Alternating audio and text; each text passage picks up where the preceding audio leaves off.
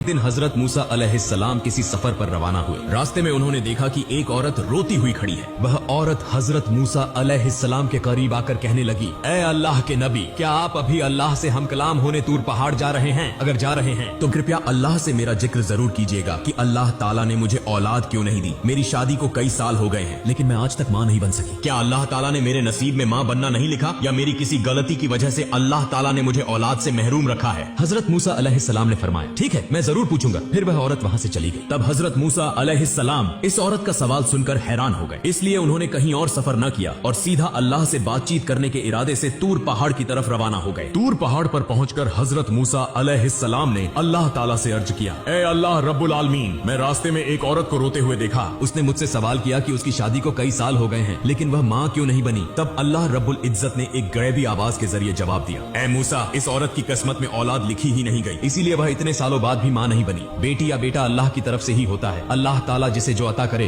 वही उसे नसीब होता है। यह सुनकर हजरत मूसा अलैहिस्सलाम वापस घर रवाना हुए। रास्ते में उन्हें वह औरत याद आई तो वह सीधा उसके घर चले गए। औरत हजरत मूसा अलैहिस्सलाम को देखकर हैरान हुई और पूछने लगी, ए अल्लाह के नबी, क्या आपने अल्लाह ताला से मेरे सवाल का जवाब मालूम कर लिया? हजरत मूसा अलैहिस्सलाम ने फरमाया, हाँ, मैं जान चुका हूँ। अल्लाह ताला ने फरमाया है कि तुम्हारी किस्मत में औलाद लिखी ही नहीं गई, इसीलिए तुम कभी माँ नहीं बन सकोगी। यह सुनकर औरत की आंखें आंसुओं से भर गईं और वह झारो कतार रोने लगी। हजरत मूसा अलैहिस्सलाम वहाँ से चले आए। चंद दिनों बाद एक बुजुर्ग फकीर उस औरत के घर आया और कहने लगा, क्या घर में कोई मौजूद है? मैं एक फकीर हूँ, कई दिनों से भूखा हूँ, बराए करम अल्लाह के वास्ते मुझे कुछ खाने को दे दो, बेशक अल्लाह ताला तुम्हारी नियत पूरी करेगा। फिर उस औरत ने फकीर की बात सुनकर उसे अपने घर आने दिया और उसे 4 रोटियां खाने के लिए दी। इसके बाद औरत ने कहा, आप तो अल्लाह के बंदे हैं, बराए करम अल्लाह ताला से मेरे लिए दुआ करें कि वह मुझे औलाद अता करे। फकीर ने रोटियां खाने के बाद दुआ की और वहाँ से चला गया। यह वाकया गुजरे कुछ साल हो गए। एक दिन हजरत मूसा अलैहिस्सलाम दोबारा कहीं सफर कर रहे थे। जब वह उस औरत के घर के करीब से गुजरे तो उन्हें वह याद आ गई। तब हजरत मूसा अलैहिस्सलाम उसके घर के करीब गए और देखा कि वह औरत एक छोटे से बच्चे के साथ खुशी खुशी खेल रही थी। औरत हजरत मूसा अलैहिस्सलाम को देखकर बाहर आई और कहने लगी, ए अल्लाह के नबी हजरत मूसा अलैहिस्सलाम, आपने तो फरमाया था कि अल्लाह ताला ने मेरी किस्मत में औलाद नहीं लिखी, लेकिन देखें अल्लाह ताला ने मुझे एक बच्चा अता कर दिया है। यह सुनकर हजरत मूसा अलैहिस्सलाम हैरान हो गए और इस बात का जवाब जानने के लिए दोबारा तूर पहाड़ की तरफ रवाना हुए। तूर पहाड़ पर पहुंचकर हजरत मूसा अलैहिस्सलाम ने अल्लाह ताला से अर्ज की, ए अल्लाह रब्बुल आलमीन, आपने फरमाया था कि इस औरत की किस्मत में औलाद नहीं लिखी गई, लेकिन आज मैंने उसे एक बच्चे के साथ खुश देखा। मैं यह मामला समझ नहीं सका। तब अल्लाह रब्बुल आलमीन ने एक गैबी आवाज के जरिए फरमाया, ए मूसा, अगर तुम इस सवाल का जवाब जानना चाहते हो तो एक थाल में इंसानी गोश्त ले आओ, फिर तुम्हें इस सवाल का जवाब मिल जाएगा। हजरत मूसा अलैहिस्सलाम को अल्लाह ताला का यह हुक्म मिला तो वह एक थाल और एक छुरी लेकर अपनी कौम के लोगों के पास पहुंचे और कहने लगे, ए मेरी कौम के लोगों, अल्लाह ताला ने फरमाया है कि मैं इंसानी जिस्म का गोश्त लेकर आऊं। क्या तुम में से कोई ऐसा है जो अपने जिस्म से कुछ गोश्त काट कर इस थाल में डाल दे? लेकिन हजरत मूसा अलैहिस्सलाम की इस बात पर कोई भी राजी न हुआ और सब एक एक करके वहाँ से चले गए। तब हजरत मूसा अलैहिस्सलाम सख्त परेशान होकर इधर उधर घूमने लगे। जब वह इंसानी गोश्त न पाकर वापस घर की तरफ जा रहे थे तो अचानक एक बुजुर्ग फकीर ने पीछे से आवाज दी, ए अल्लाह के नबी मूसा, तुम्हें क्या हुआ? तुम इतने परेशान क्यों दिखाई दे रहे हो? तब हजरत मूसा अलैहिस्सलाम उस फकीर के पास गए और फरमाया, मुझसे अल्लाह रब्बुल आलमीन ने इंसानी जिस्म का गोश्त ले जाने का हुक्म दिया है, लेकिन कोई भी शख्स अपने जिस्म का गोश्त काटने के लिए तैयार नहीं हुआ, बल्कि सब मुंह मोड़कर चले गए। यह सुनते ही वह बुजुर्ग फकीर हजरत मूसा अलैहिस्सलाम से छुरी लेकर अपने जिस्म से थोड़ा सा गोश्त काटकर उनके हवाले कर दिया और वहाँ से चला गया। यह देखकर हजरत मूसा अलैहिस्सलाम बहुत हैरान हो गए। फिर वह उस इंसानी गोश्त को लेकर दोबारा तूर पहाड़ पर पहुंचे और अर्ज की, ए अल्लाह, मैं इंसानी जिस्म का गोश्त ले आया हूँ, लेकिन जब मैंने लोगों से मांगा तो सबने इनकार कर दिया, सिवाय एक बुजुर्ग फकीर के, जिसने अल्लाह का नाम सुनते ही अपने जिस्म से गोश्त काट कर मुझे दे दिया।